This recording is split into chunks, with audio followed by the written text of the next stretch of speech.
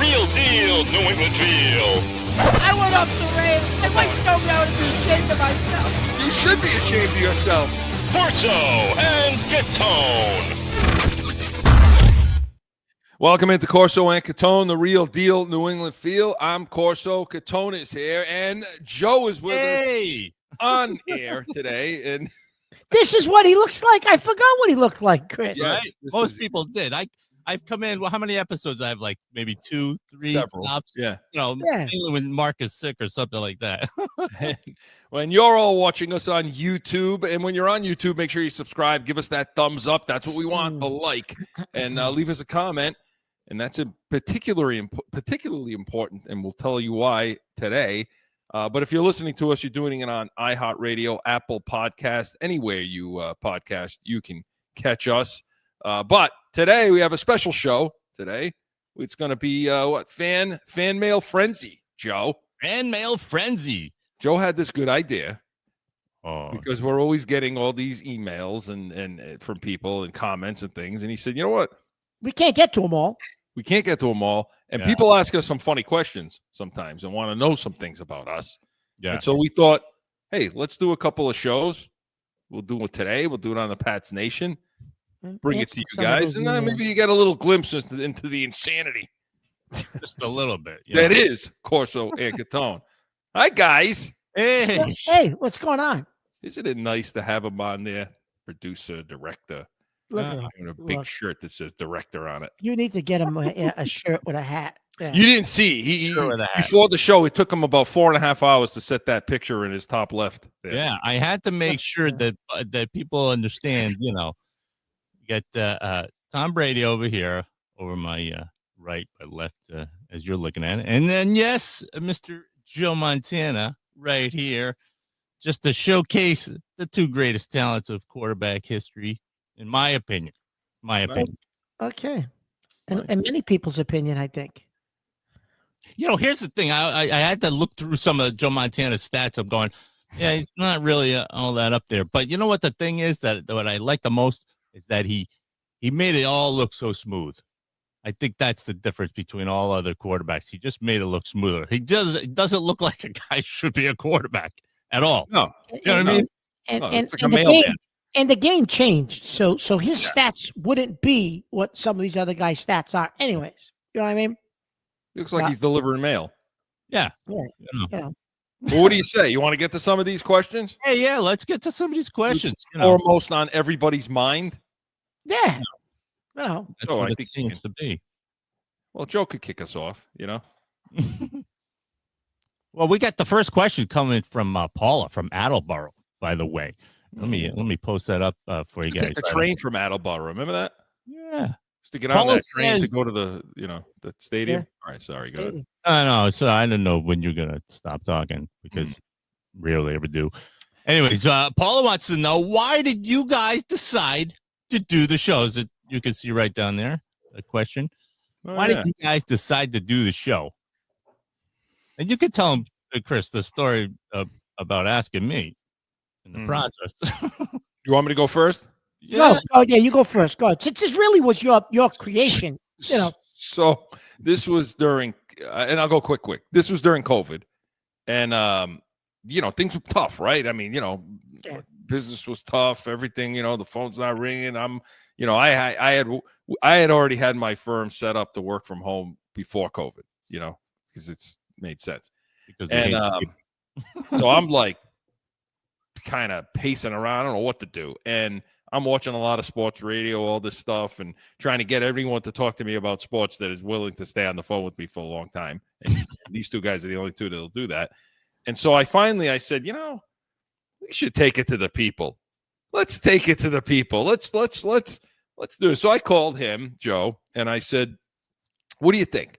I said, I got this idea for, and do you think we can do it though? You think I can do it? He's like, well, yeah, no. I said, I can do it. It usually comes in as like code, Mark. Like, you think we could do it more like, so you think I could do it for you?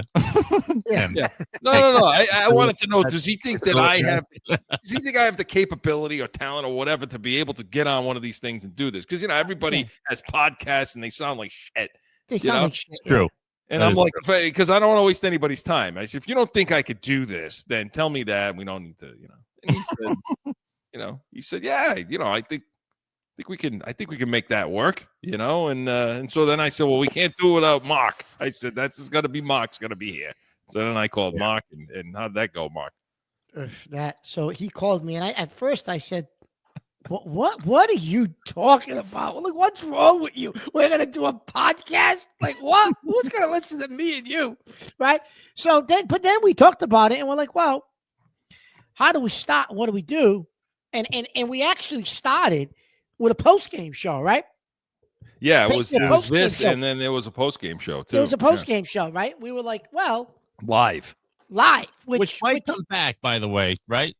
Yes. Yes, and that was actually fun, but it just took up so much time because as soon as the game ended, you had to set up, you had to go through your notes, you had to, it was instant reaction. But our instant reaction, Chris, guys didn't get to 2-3 days later after they were able to analyze tape. We did it like instantaneously. Yeah. When you think about it, Chris, we really did. But when you think about it, Mark, to hop on your point is the fact that these other shows have analysts doing that throughout the game. So then the talent just gets on air and then reads off the script, and it's like, oh yeah, you got somebody doing it for you throughout the show, throughout the game. It's like you guys are doing it yourselves, and we were putting it up right away live. Yeah, live. That was the one thing Joe seemed you were surprised about. I mean, look, we've all known each other our whole life. So you understand out there, we're all related here. So we've known each other forever. And Mark and I have basically been doing this show for 30 years. Yeah. Just not on, Right. Just not on air. I mean, it's the same stuff. I mean, we mention it on the show all the time. I talked to Mark the other night. We were on the phone talking about, this is what we do. We were watching we watch Yankee games on the phone. So we got losers, And let me ask you this question: but big time losers. What was the trigger, though, for you guys? For you to what episode? As I know you talked about this before, Chris, about the flagship stations, and you guys talk about this throughout our whole show of things that they talk about, and especially during the Belichick era, where they weren't really asking the hard questions. And what was the trigger? What episode, or what was the one thing episode that you saw that said, I got to do my own show. I can't take this flagship nonsense anymore. Oh, so many. So many, though. It's hard to pinpoint one. But they just don't get it. No, you know what it was? I'll tell you what. During that COVID summer, Snell, the pitcher Snell? Yep. He pitched for Tampa at the time. Yeah. And people stop. People are wondering how am I going to pay my employees? The phone's not ringing. And this is what people were concerned about. And this clown comes out and he's pissed off because they want to take a little money away from that season. And then we need to make our full salary because we're cutting the season in half or whatever was going on. He's bitching and complaining about that while people are dying out there, And they were harping on it a little on the show. And I'm like, you know what? This is bullshit. I said, we gotta, and things like that. Really. Yes. Of course, when Catone was born. People just, it's our allergy to people. Yeah. Right. But because you know why? We come to it from the perspective of the fan. This is what it is. We always wanted to say the fans need a voice that's as unreasonable, as ridiculous, as just, Homer as they are. Yeah. Except those voices need to know what the hell they're talking about too. Mm-hmm.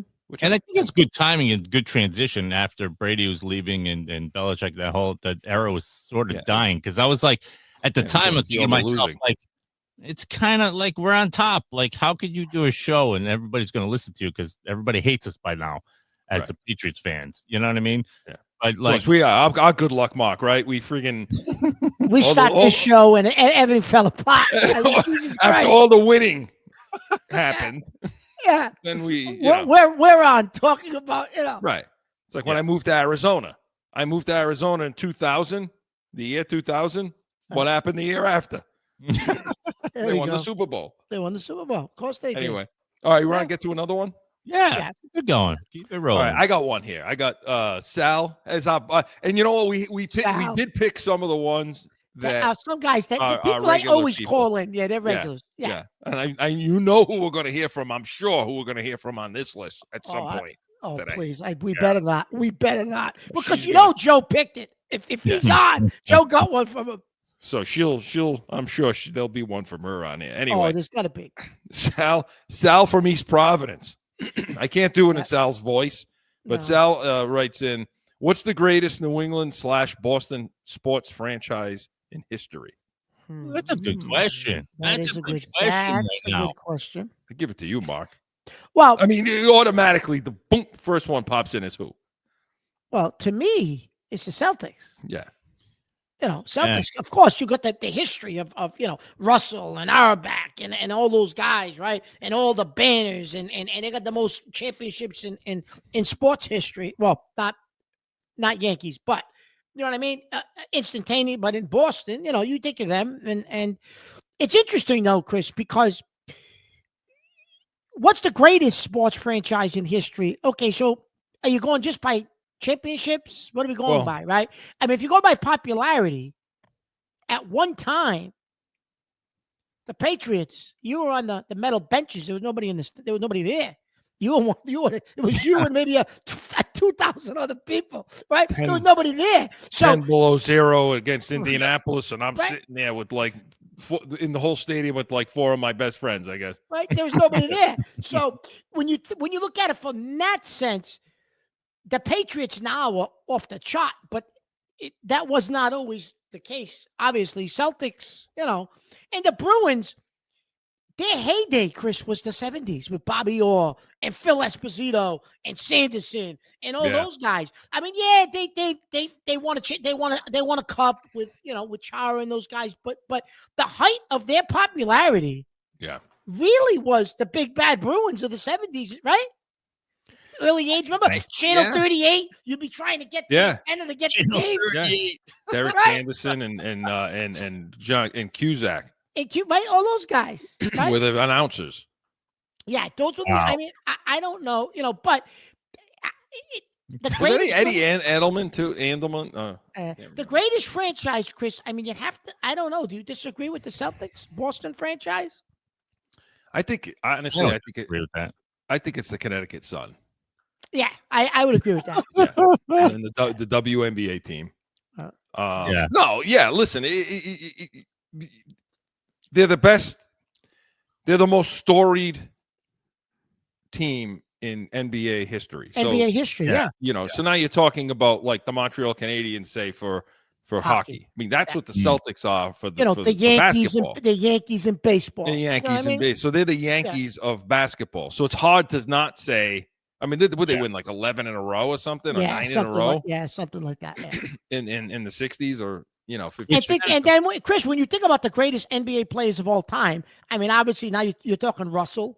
Yeah, right. They probably have more Hall of Famers, right, than anyone else. I would say Russell himself, just the most. I never knew this. The most winningest person in the world is Bill Russell. Of awards of and I was anything. Really, I didn't know that of anything of all awards of any type.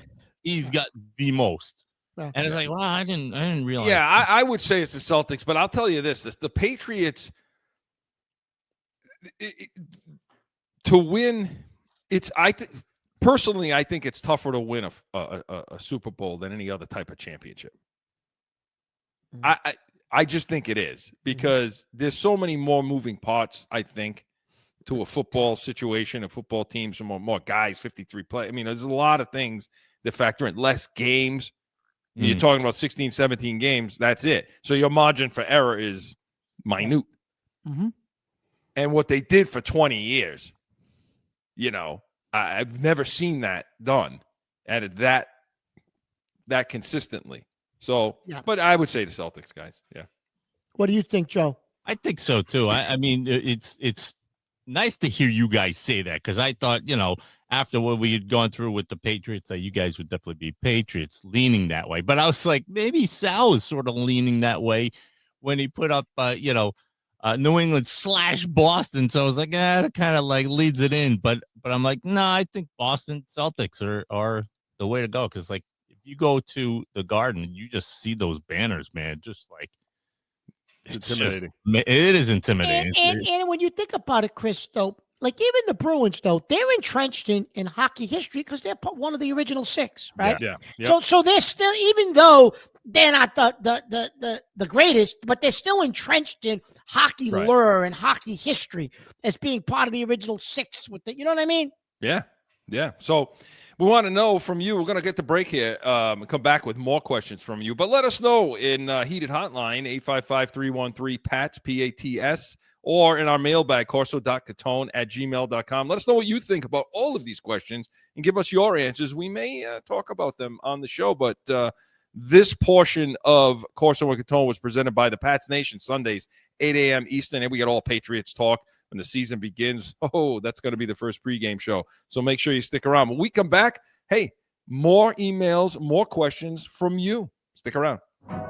Sundays are for football. And here in New England, that means it's the Pats Nation with Corso and Catone.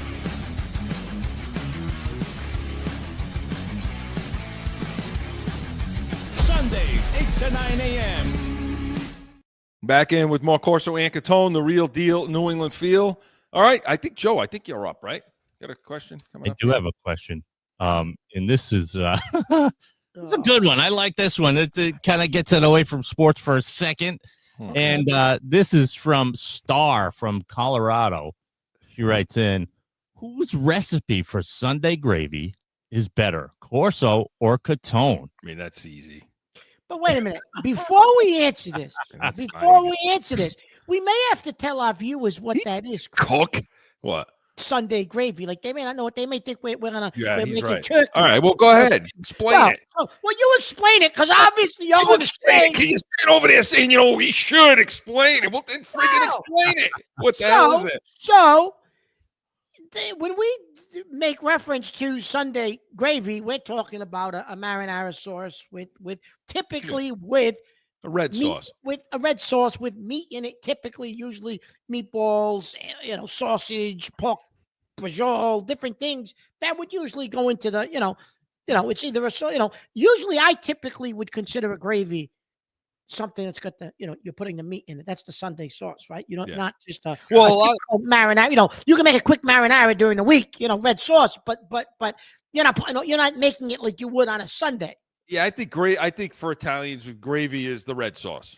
Most absolutely. people in the world hear gravy and they think of a brown sauce that goes on potatoes or meat or something like that. Yeah, and that's not what we're talking about. Whatever you Irish people out there eat.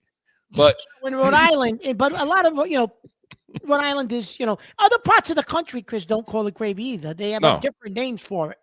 But it's still Sunday sauce. You know what I mean? Yeah. Technically, what it is, though. Well, nobody in Arkansas is making gravy. Well, that's the thing. But here's the thing. They're taking a bottle of Heinz ketchup and they're mixing a little water in it and they add a couple of spices and that's there. Yeah. How's it taste?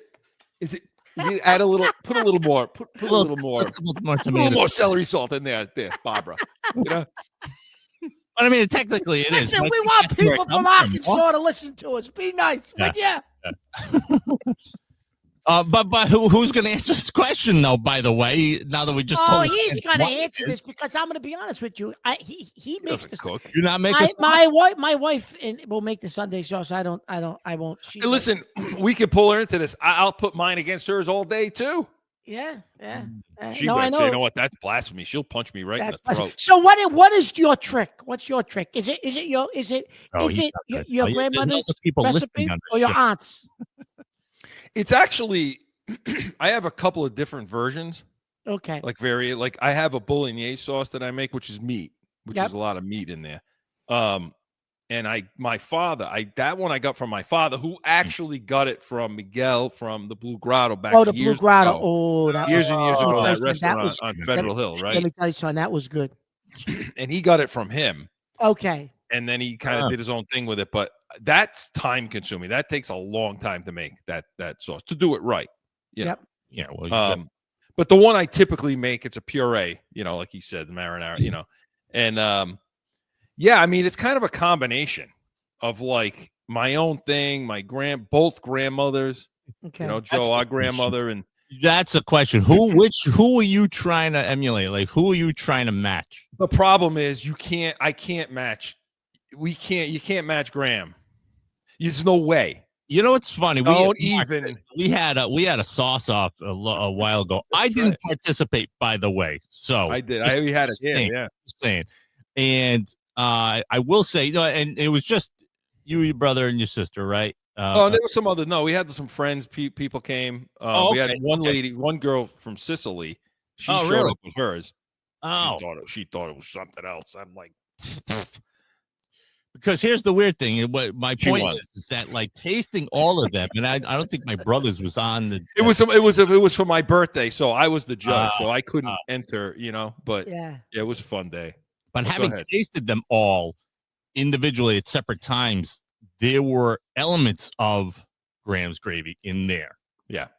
To some degree. And but nobody had nailed all of the. My sister's taste, or my mother's, you know, her daughter, you know, Graham's daughter, she's just okay. But see, there's no way, our grandmother, there was no way you can get there to hers. So there's no point in trying. That's how I looked at that, you know? So it's kind of a combination of things, but it's pretty good. The first ingredient's love, and you know, you just don't. That's right. It should, if it takes you less than 2 hours to make it. Oh yeah, you're not. Now, do you make if you're putting meatballs in it? Are you making the meatballs, or is your wife? Yeah, I mean, you know, I have. But the thing about the meatballs, the cool thing about the meatballs that I've. A lot of people will make the meatballs. They'll either put them in the oven or they'll fry them first. Yep. Yeah, I don't do that. What? I make the meatball and they cook in the gravy. Oh yeah. So they're moist. Hard on you? No. Really? No, you make the gravy first. You get it hot, and then you put them in there, and they cook in there. So you don't even real moist. It's not that hard shell to them. So you don't even fry them quick, and throw them in. You just put them in. Put them in, and they're nice and moist. Okay. Nice. Do that. All little right. trick out there. A little trick. Good. I like that question. Good question. Mark, you're up with one right now. So the next one. Oh, here she is. Of course, he had to put her in. Of course, Jen from Cranston. Yes, she is. And yes, she's the for those of you who don't know, Jen comes with. She's hardcore, man. Oof. But wait a minute. I do find myself choosing her call-ins and write-ins a lot because she nails it. She nails it a lot. You could have guessed she's got a little sass in this, and you could have guessed that she would ask this question because she listens to the show, so she knows you're a miserable SOB, Chris. She knows. It's always me. Listen. Her question, what she wants to know is, what disgusts you most about people? Oh. Nails it. Yeah, that's a Jen question all day. That's a Jen question all day long. Joe, you better go first there because I got this.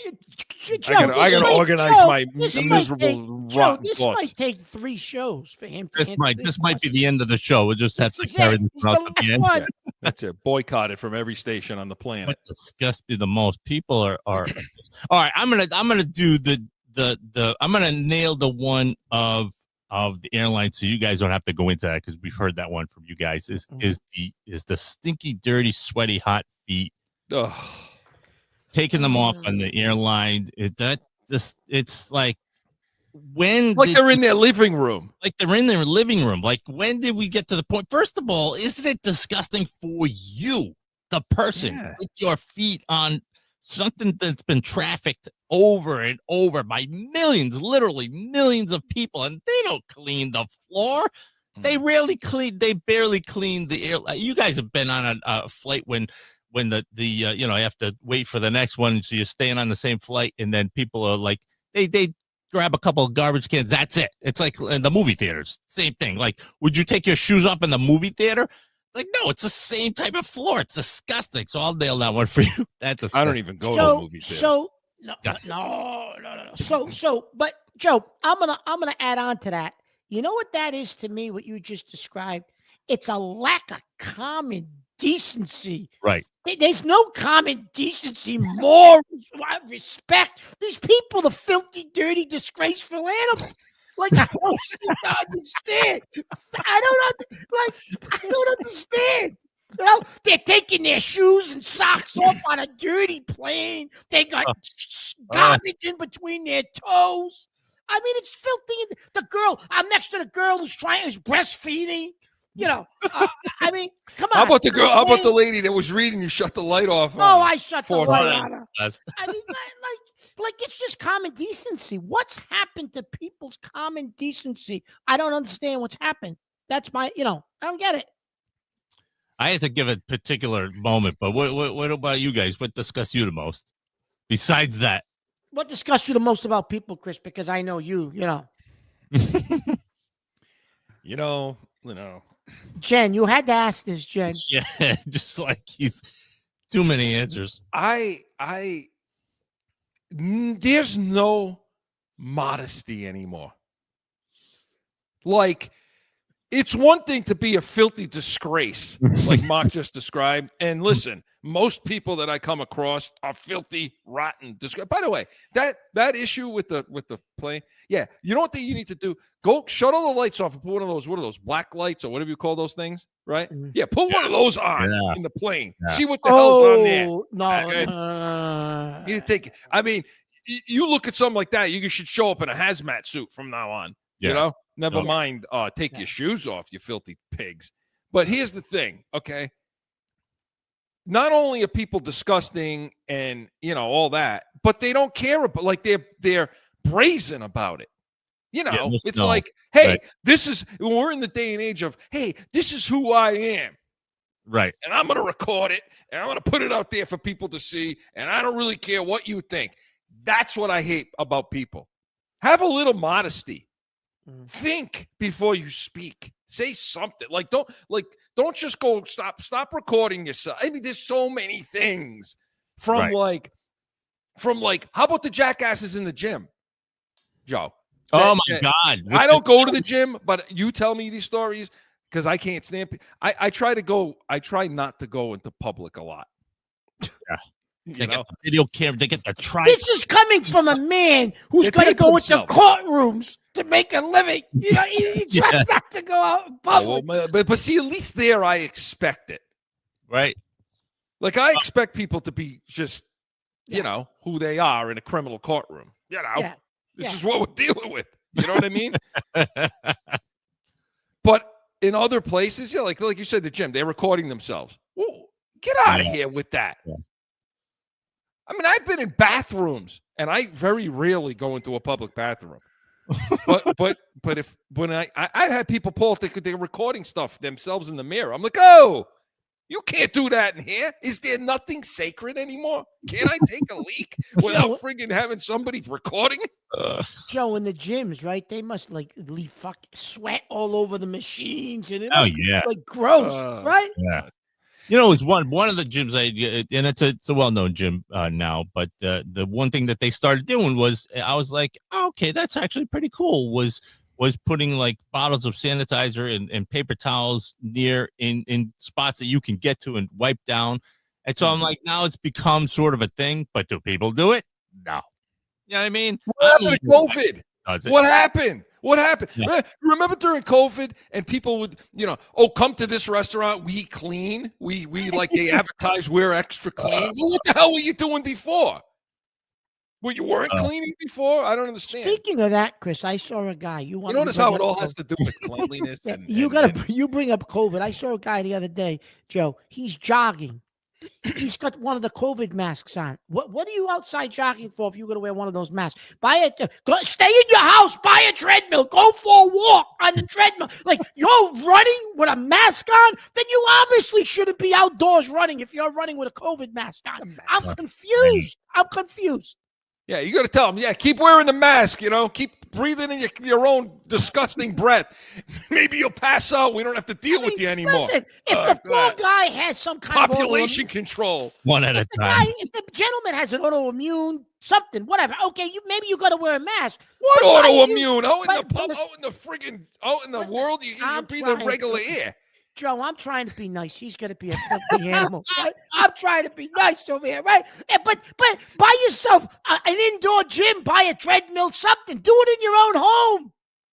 People. I don't care what you do out there. Just do it away from me. Just don't bother me. I don't want to know about it. I don't want to hear about it. I'm not interested. The advent of all the social media, what the hell do I care? What you did and ate this morning for breakfast.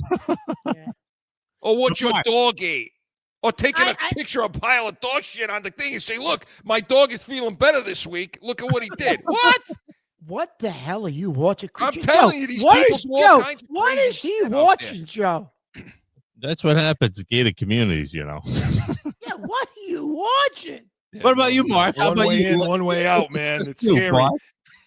What about you, Mark? What disgusts you about people mostly? Oh, I told you the lack of common decency. Decency is always his word. And respect. They don't listen to me. They don't. Come on. I mean, bicycle people. You bicycle people. No, I brought this up a few months back on I think it was a Catone's comments 2 or 3 months ago. The people that throwing trash on the ground and all this nonsense, right? I mean, what's wrong with these people? What is wrong with them? They don't care. You know, not only do they not care, they like I said, I mean, it's one thing to just be that way, but it's another thing to just be brazen about it and then acting like you're something wrong with you. Oh, like how about this? How about the people that show up to do work at your house? Oh, I love this. I love this. I love, they advertise. Oh, look, they show the guys on TV with the uniforms on and the clean and they're putting the booties on their shoes and all this stuff to show up to do work at your house. Now all of a sudden the scumbag shows up over here. I got a guy go up into the for the air handlers, to do the cleaning every year, and they put the thing back on the attic piece. Yep. It's all black handprints from his handprint. Oh yeah, nice. What is this? How about the guy? They come work at your house and they want to use your bathroom? They had 15 tacos the night before. I tell them it's broken. Tacos. Yeah, they have 15 tacos. They want to go use your toilet, right? I said I got 6 bathrooms. I said they're all broken. I don't know, but no. The thing that pisses you off the most about it is you're the one who's uncomfortable telling them to wash their hands in your house. Yeah. That's the brazen, flipping, pushy attitude. They look at you like you got to wash up, buddy. I mean, you're going to touch my ceiling, and you're like, okay. Those are the things. I mean, there's so much more. We can do a whole show on it. Open it. You open Pandora's box. Yeah. Thank you, Jen. Of course, that was Jen. Of course. Thank you, Jen, for that question. We're going to take another break. Come baback. We have more, I think. We have more questions. Yeah, we got a couple more. For sure. Get to those. This portion of Corso and Catone was presented by Corso Law Group. CorsoLawGroup.com. I don't think anybody's going to hire me anymore after this one. So, allow us to be your voice. When we come back, more questions from you. No flipping. No one ever thinks they will be in need of a criminal or traffic lawyer, but things happen. Corso Law Group is Arizona's leading criminal and traffic law firm. Their 20-plus years experience and attention to detail has helped thousands of people who found themselves in a situation in Arizona. Whether it's a traffic ticket or more serious issue, talk with these expert attorneys. CorsoLawGroup.com. Back in with more Corso. Yesterday I was behind two people riding a bike, riding their bikes, and they look like they're going to the friggin' Tour de France with all that shit on they're wearing with the bullet helmets. Like, where you going? You're 700 years old. You got all that crap on like someone's sponsoring you. Joe, why did bikes bother him so much? I don't know. An issue with people riding bikes. I hate it. I just, like these people, they have like, designated bike lanes here. Yeah, they have those here now too. With the arrow and the picture of a bicycle. Yeah. These people. So the one person's in the lane and the other person's next to him. They're gonna ride side by side like chips. Right? Chips. Nobody knows what you just said, Chips. Nobody knows that reference. I was an old 70s. That's all. That's all another issue. By the way, if we have fans now, I think that most of them should be aware that this guy's most of his references are 70s television. Last night I was watching Super Friends. Super Friends. Awesome show. Yeah. Anyway, they're riding next to each other. So he's in the driving lane. Hang on the horn. Get out of goddamn. All right. We're back in. Of course, I went Catone. What do we got? Joe, you're up, I think, right? Who's next? Is it me? Yeah. Actually, here's a good one. I had to put this one in. This is from Julie from North Providence. She writes in, which of you has the craziest football ritual? Now, I'm going to go ahead and answer this one first because I know that mine's way shorter than either one of you two, because I was thinking to myself, I'm like, I don't have any rituals. But then I realized that I was like, oh no, I got a couple of shirts that I wear that if I don't put it on. We pulled you right in, Joe. We pulled you in. If I don't wear like a certain shirt or a certain timing of like I have a hat that I just bought, and I haven't gotten to get the hat to be a winning hat yet. You know what I mean? So I'm like, I do try something new with the ritual routine, but definitely is one shirt that if I get it on before the game starts and we win, or we have won, we keep winning with that shirt, but that doesn't happen all the time. So how about you two? I know I've seen Chris's. Well, Chris is going to have to go last, Joe. Yeah. Yours is worse. Yours is worse because you quiet about it. I'm not worse. Listen, so there's a couple of different rituals. So if I'm actually going to the game. Wait, before you say that. Yep. People understand. I think you're the same. It's not really based on like if they don't win, then you stop doing it. This is just you do it regardless of wins and losses, right? Regardless of wins and losses, yeah. So I'm the opposite when it comes to that, though. No, so so if I'm actually going to the game, which we're not supposed to do. Which we're not supposed to do, but we do. I don't know. Oh God, I wish I didn't say that. I've got the same hat that I've been wearing for probably from 30 years.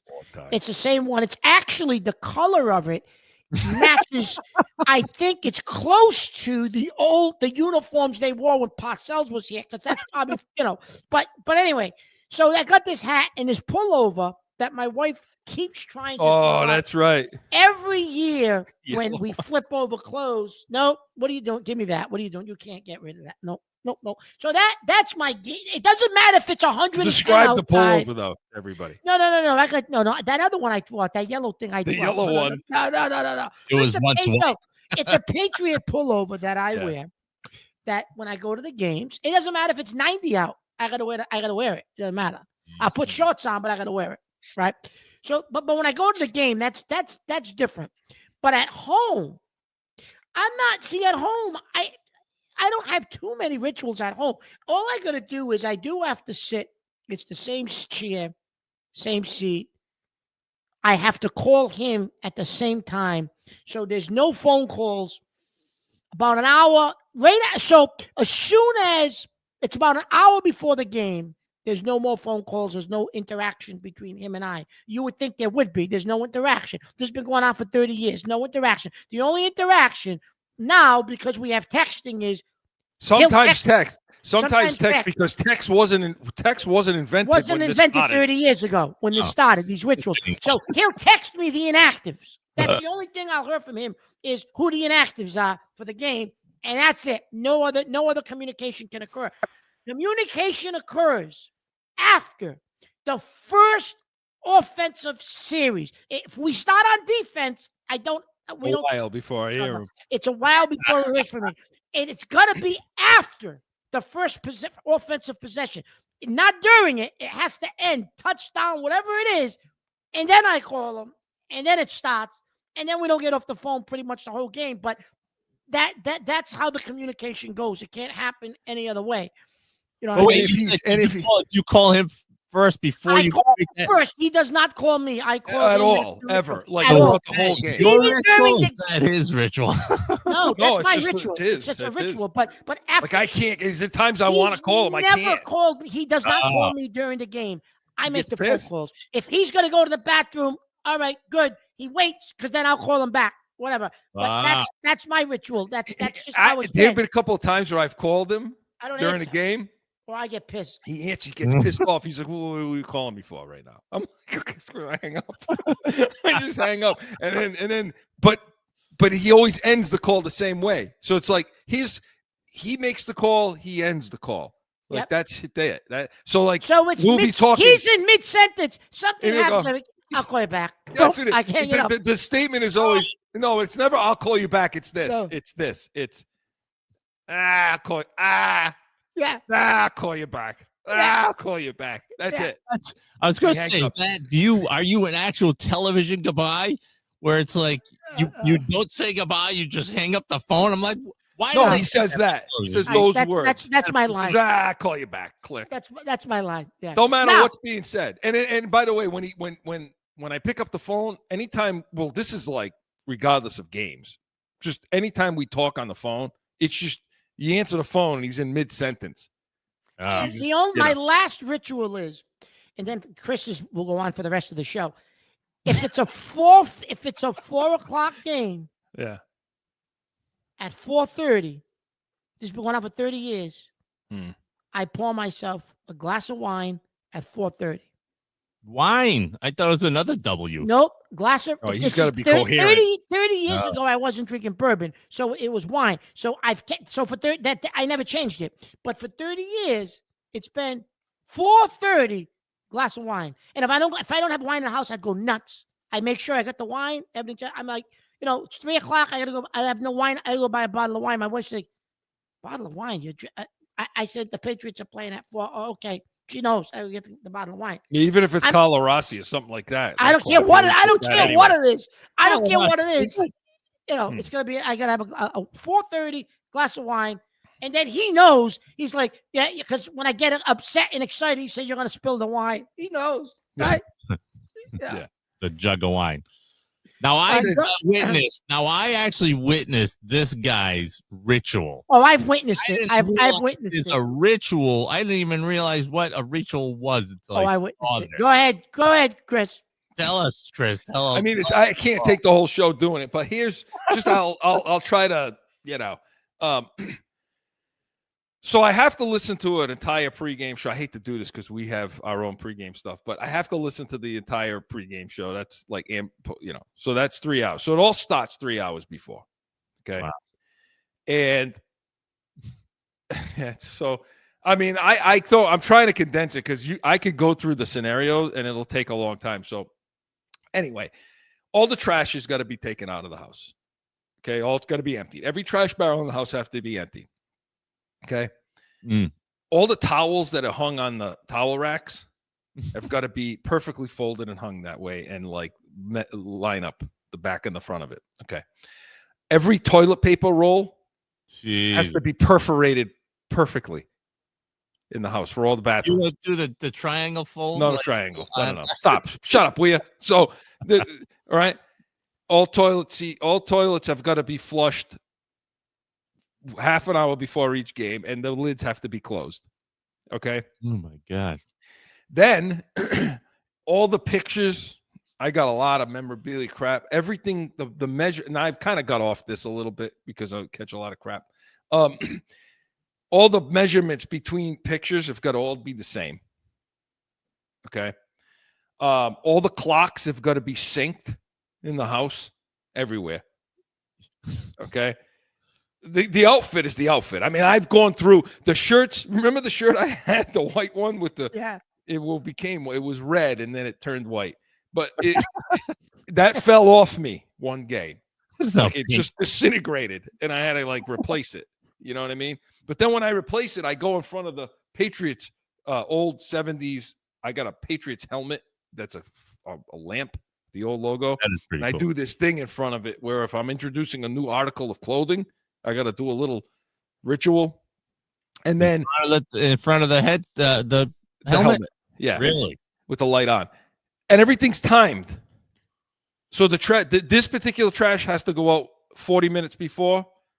The rest of it goes 30 minutes before. Then I got a ritual with my kids that I do this thing with them. It has to be 20 minutes before. Okay. I start the recording because I have a video library of every Patriots game since 1993. Okay. Wow.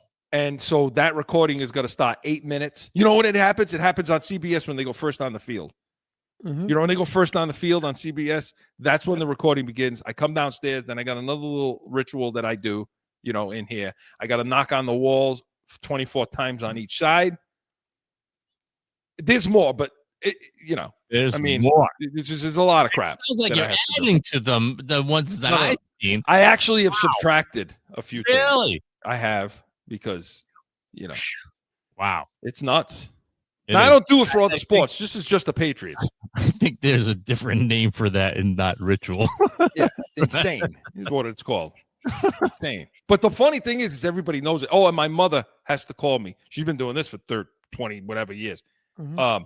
30 minutes before the game, she calls. Yeah. To wish me luck. Good luck on the game today. No matter where she is. That's why I asked you, Mark, if that call to him is your ritual or his ritual. No, that's my ritual. Oh, We've been doing that for 30 years. That's mine. That's mine. Well, we'll be on the phone midstream. Like, we just talk. Like, there was Super Bowls. We're on the phone like the whole game. Yeah. No, I know that. That's the last time I was there in your house watching the game, and then you called Mark. Oh, and he gets pissed when somebody's here. If somebody's here, because I don't like watching games with people. Like, I don't want. I mean, you guys, that's different, but like, because you understand. Other people. Oh yeah. Do you remember the time when in-laws were in town and my brother-in-law? It was bad. It was bad. This kid in the background was drinking too much. They were playing Cincinnati and we were losing. Oh. Okay, and I was forced to allow this kid to watch the game. He's on the phone with me now, right? And this kid's now cracking my eggs. Busting my bean, going, well, that was a really good call by Belichick, was it? Yeah. I hear this.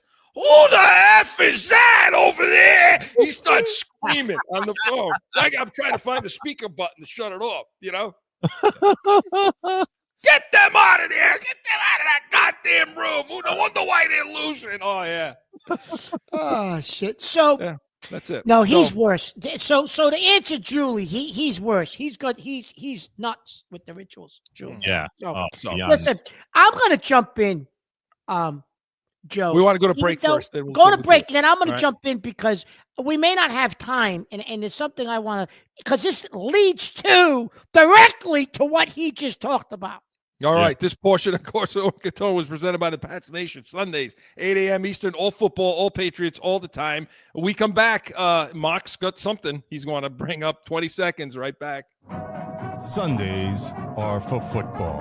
And here in New England, that means it's the Pats Nation with Corso and Catone.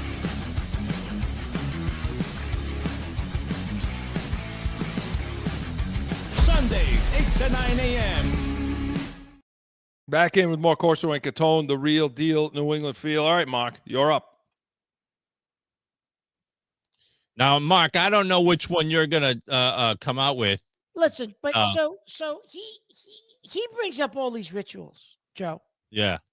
Everything he does, pregame, hour, half hour, 15 minutes. Do you know why we lost the Super Bowl in 2007? A perfect season we lost. But hey, guy, let me ask you this question. Now, you mentioned this, Chris, as far as if you do lose, what do you do? Like when I said, like, if we lost or if we don't have a game-winning a win, like I'll swap out the shirt to try again or wash the shirt to make sure that there's it's gonna clean slate. That's a superstition. That's not a ritual. I know. But Joe, that's all I have. Joe, he didn't do all the rituals that day. He couldn't have because he wasn't home. Right. So now listen. I did them. Okay. The worst thing is he physically went to a Super Bowl. Yeah. No good. No good. No Begged good. me not to no go. Good. I begged him. I said, listen, Threatened me with a shiv. This is the one you can't go to. Well, this is not the one to go to. I don't care what Super Bowl you go to. It cannot be this one. I begged him. I'll shiv you. I'll stab you, he said. Listen, No, listen. This is going to Paul from Providence, our worst nightmare. Sent this Yeah. And he wants to know, and this kind of goes with this. I really agree that it was my fault. It was. Listen, he says, since you guys call yourself fanalists, he's busting our beans. This guy loves to bust our I beans. hate Paul. He loves I to hate bust you, our beans. Paul. He says, since you guys call yourselves fanalists, what are each of your top 5 moments from the Brady Belichick era, ranked 5 through 1? My number 1 is the 07 Super Bowl. He says, oops, who won that one? Because, of course, Paul's a Giants fan. I hate Paul. And every chance he gets, he wants to put the screws. Because you, jerk face, over there, had to go and tell him. Me? You had to go tell the people how it was my fault about 07. Now Paul's been relentless since then about 07.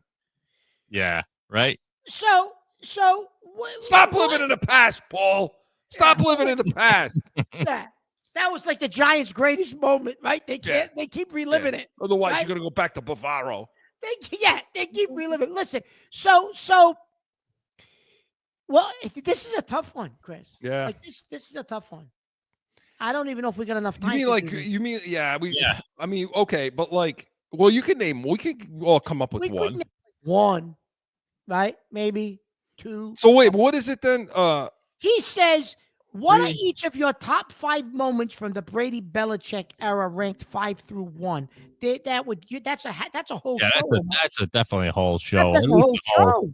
Well, what do you got? What do you think? I have my number 1, but ahead, I don't know if I have. I go gotta ahead. think about it. It's like I gotta think about it. Go ahead, Joe. My number 1 is the comeback, so I don't want to throw that one out there right away, but that's my number 1. Like as far as moments, all right, I feel that we all might say that, but if not, I'm going to throw that as my number 1, but I'll throw a 3 or 4, and then one of the favorites is still 2007. Sorry, guys, but for the first that's your favorite moment? No.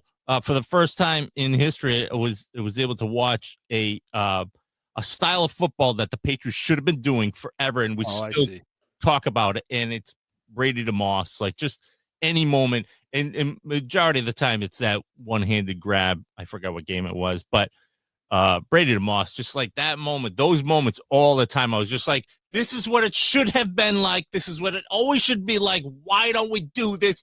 Why didn't we learn from that? But it was always fun to watch because it was just like, that. That would be top 3, let's say, You guys, look at deep in thought. Thank you, Paul. This is why, by the way, I keep putting Paul's stuff. So there's so many moments, right? I know, right? Yeah. I mean, think about it. 20 years. If you take mine, I'm screwed. All right, so here's what I'm not gonna take yours. I don't think I'm gonna take yours. Here's why I'm gonna take it. I'm gonna pick this one just because just because of the type of fan I am. Mine, because I think Chris and I we were on the phone, of course, and I don't think you were here at the time. But I think we were on the phone. We were both got choked up. We were in tears pretty much when Vinatieri hits the field goal to beat the Rams for the first. Good one. That was mine. He took mine. Yeah, no, but why? That was just because. I mean, for you, it was. There was some emotion there because why people. Same with you. People weren't there, but it was that's my moment. The first one, the Vinatieri kicking that field goal against the Rams was that euphoria. That I've never had a more euphoric feeling as a fan, right? As anything. Yeah. In anything in my life. Well, okay, my kid's being born. Yeah. Yeah, that's different. But that's different. That's different. Yeah, that's different. Whatever. You know what I mean? I feel like Rocky, except for my kid's being born. The greatest night in the history of my life. No, but, Joe, another 70s movie, Joe. Another 70s movie. No, that moment. Yeah, I mean, we all cried. That was because something. it was just, It was so improbable, Joe, that whole year. Like, yeah. to make it there. Yeah. Yeah. I mean, and the you know whole what? idea of the Patriot, the logo, the flag, the 9/11, all of it. You know what the crazy thing was? Yes, it was the 9/11. It was just a culmination. But they had played the Rams, Joe, earlier that year in Foxborough. We were together. We were together. What do you mean we got to be quiet? What? Now, we're together. We're at somebody's house who will remain nameless. So we go there. I bring some beers, whatever. Chris brought, at that time, we were eating. He must have brought like 6 castrata pizzas. I don't know what the hell he brought, right? So we get there. So the game starts. And the house we were at, they had a infant child, young, I don't know, a few months old, maybe a few months old. I don't know, 4 or 5 months old. So the game starts. And the guy turns to us and he says, "Oh, you guys got to be quiet. See, my wife's trying to put the baby to sleep." And Chris looked at me and said, "What did he just say?" I said, "Well, we got to be quiet." So he says, "Oh, all right." We stayed maybe 10 more minutes. I look, here he is. He's got concerted pizza under his arm. He's going, "Let's go. Let's go." We go to my place, right? I can't watch this. Full boxes of pizza. I can't watch this game with him. But that night, we looked at each other and said, because the Rams were the measure stick. They were the team that was supposed to win the Super Bowl all season. We made a couple of mistakes in the game, and we looked at each other, and we were like, we can beat this damn team. If we play this team again, we could beat them. But the only issue was, how the hell are you going to get to the Super Bowl to beat them? You know what I mean? You had to get there. Because physically, the Rams had never gotten beat around like that on the field. And they even said it. They even said it post-game. They said it post-game. That was their mistake. That's all Belichick had to hear leading into that Super Bowl. Yeah. Yeah. It was. I mean, that was the most, I would say, maybe not Brady Belichick moment, but when you say Brady Belichick era, then that includes Patriot moment, right? Because you use the word era there. Yeah. Because Brady brings him down the field, right? The famous John Madden quote, "Well, they should just kneel on the ball and go to overtime," right? Yeah, yeah. I mean, and I should say, let me back something up. Mark mentioned something quickly about the emotions involved, about my father, people that weren't there that here anymore. Back to one ritual that I didn't mention, and I should. My father and I used to watch every game together, forever, since I was a little kid. Even when they were blacked out, we'd listen to it on the radio, and as you guys know. And so he always sat to my right. Okay. So behind me, it's a media room. So there's like a bunch of chairs, So I designate that the center chairs were kind of my chair. So the chair to the right directly to the right of that, no one has ever sat in that chair during a game, ever. And nobody in the house, people come in, nobody even thinks to sit in that chair during a game. That's like open, because I feel like he's sitting there, Yeah. But based on a lot of that stuff, I agree with these guys. I mean, I was in Arizona when the Super Bowl happened, on the phone with him, and we knew. When did we know they were going to win that game? When they got... Well, there was a couple of moments I think we knew. Beginning, before the game even began, when they were announced as a team. Well, yeah. And no one had ever done it before. I forgot about...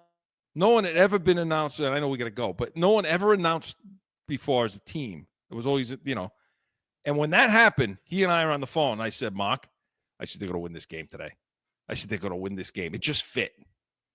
It all fit. Yep. So that's a good one to end on too. Those were great. Hey, listen, those were great. We really appreciate all of those emails. I know we're going to do this on the Pats Nation as well for you guys to listen to. So stick around for that. But Corso and Catone was presented by the Pats Nation. Sundays 8 a.m. Hey, we always have all Patriots talk all the time. And make sure you're tuning back into Corso and Catone for upcoming episodes. But for Mark, Joe, we appreciate all the call-ins, all the write-ins. We are Corso and Catone, the real deal New England feel. See you next week. Now find Corso and Catone on AM 790, The Score, iHeartRadio, iTunes, wherever you podcast. Or subscribe to the YouTube channel and catch the chaos every Saturday at noon.